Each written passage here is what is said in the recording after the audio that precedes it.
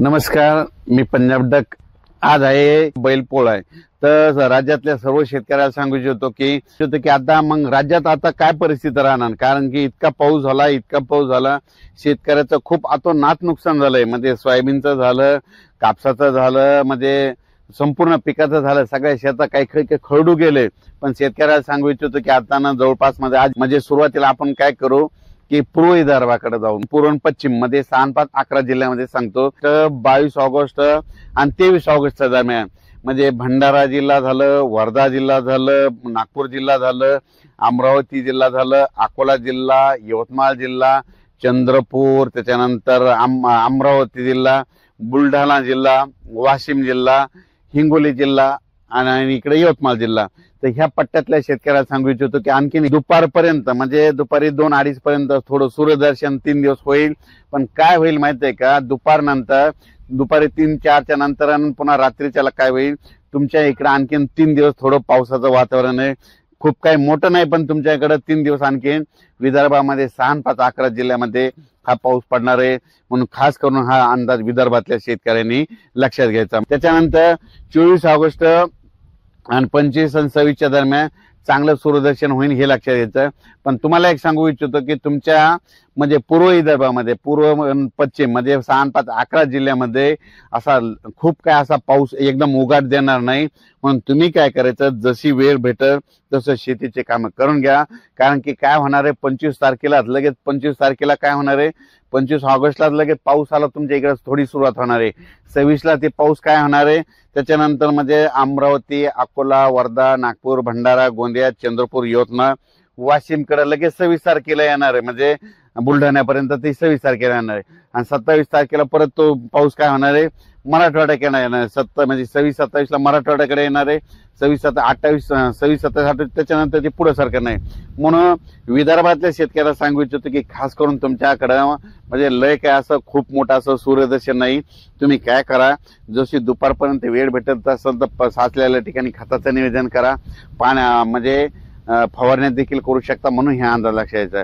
त्याच्यानंतर आता खास करून मराठवाड्याकडे सांगायचं झालं तर मराठवाड्यामध्ये हिंगोली जिल्हा, त्याच्यानंतर नांदेड जिल्हा, लातूर जिल्हा, बीड जिल्हा, परभणी जिल्हा, जालना जिल्हा, संभाजीनगर, धाराशिव, तर या सर्व शेतकऱ्याला सांगू इच्छितो की तुम्ही काय करा, आजपासूनच म्हणजे आपल्या मराठवाड्याकडे म्हणजे दुपारपर्यंत सूर्यदर्शन होणार आहे मराठवाड्यात, पण दुपारी काही ठिकाणी पाऊस येणार आहे। म्हणून हा अंदाज लक्षात घ्यायचा। म्हणजे मराठवाड्यातल्या ह्या जिल्ह्यामध्ये म्हणजे एकदम पाऊस आज उघडणार नाही, म्हणून हे अंदाज लक्षात घ्यायचा। म्हणजे मराठवाड्यातल्या जिल्ह्यामध्ये 23 तारखेपासून 23, 24 आणि 25, 26 तारखेपर्यंत 4 दिवस चांगलं सूर्यदर्शन होणार आहे।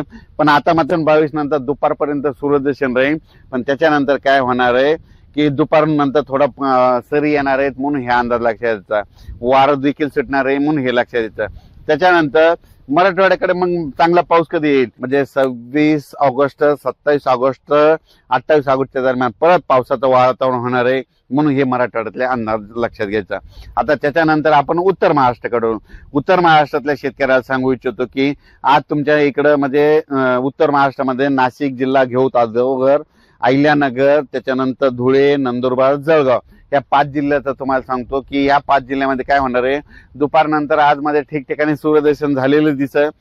त्याच्यानंतर उत्तर महाराष्ट्रातल्या शेतकऱ्याला सांगू इच्छितो की आणखीन तुमच्याकडे पोळ्याच्या दिवशी 2 दिवस मात्र तुमच्या इकडे थोडं पावसाचं वातावरण राहणार आहे। म्हणून हा अंदाज लक्षात घ्यायचा। 23 ऑगस्ट पासून 23 ऑगस्ट, 24 ऑगस्ट, 25 आणि 26च्या दरम्यान तुमच्या नाशिक जिल्ह्यामध्ये अहिल्यानगर, त्याच्यानंतर जळगाव, धुळे, नंदुरबार या जिल्ह्यामध्ये चांगलं सूर्यदर्शन होईल। तुम्ही शेतीचे कामे करून घ्या, फवारण्या करून घ्या। म्हणून हे लक्षात घ्यायचं। मग तुम्हाला परत पाऊस कधी येणार आहे, परत काय होणार आहे, 27 आणि 28 ऑगस्टच्या 2 दिवस तुमच्याकडे पावसाचं वातावरण तयार होणार आहे। म्हणून हे अंदाज लक्षात घ्यायचा। त्याच्यानंतर आपण काय करू, पश्चिम महाराष्ट्रातल्या शेतकऱ्याला सांगू इच्छितो की म्हणजे सांगायचं झालं तर म्हणजे सोलापूर जिल्हा, सांगली जिल्हा, सातारा जिल्हा, त्याच्यानंतर इकडे पुणे जिल्हा या 4-5 जिल्ह्यातल्या शेतकऱ्याला सांगू इच्छितो की आज दुपारपर्यंत तुमच्या इकडे सूर्यदर्शन होईल। पण काय होईल, अशा सरी येणार आहेत, म्हणजे 10-10 मिनिटाच्या जोराच्या सरी येणार, स्पीडनं सरी येणार, थेंब मोठे असणार आणि लगेच ऊन पडणार, पुन्हा सरी येणार, ऊन पडणार। ऊन पावसाचा खेळ तुमच्या इकडे असा राहणार आहे. 22ला पोळ्याचे 2 दिवस तुमच्या इकडे पश्चिम महाराष्ट्रामध्ये दुपारनंतर चांगल्या सरी येतील म्हणून हे लक्षात घ्यायचं. माझी तुम्हाला विनंती, जरा ह्या 4-5 दिवसामध्ये तुम्ही जनावरांची पाळीव प्राण्याची काळजी घ्या. अचानक वातावरणात बदल झाला तर लगेच एक विसित दिला जाईल. धन्यवाद.